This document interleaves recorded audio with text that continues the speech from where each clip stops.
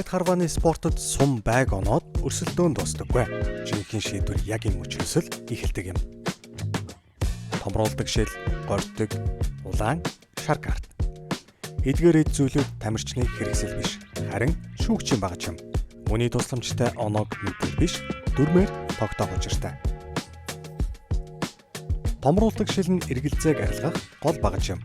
Сум шугам төрсөн үү, үгүй юу гэдгийг яг таг тогтоох юм. Оноо бол харин таамаг биш, сэтгэл хөдлөлч биш. Оноо бол хэмжилт. Тиймээс байд харваанд ялалт гэдэг аз үшээ. Энэ бол шугам, хэмжилт, дүрмийн нийлбэр юм. Горьдог бол шүүгчийн гарын хамгийн чимээгүй багаж. Байг гэмтээхгүй, сумны байрлалыг өөрчлөхгүйгээр тэдний авсан оноог шалгах боломжтой. Энэ спортод 1 мм л ялалтыг шийддэг. Тиймээс баг гэдэг үг байх ёсгүй. Шүүгчийн гардах жижиг хэрэгслүүд харвааны үнэн мөнийг тогтоож өгдөг. Бид спортын шийдвэр гаргадаг цэгийг задлан харуулж байна.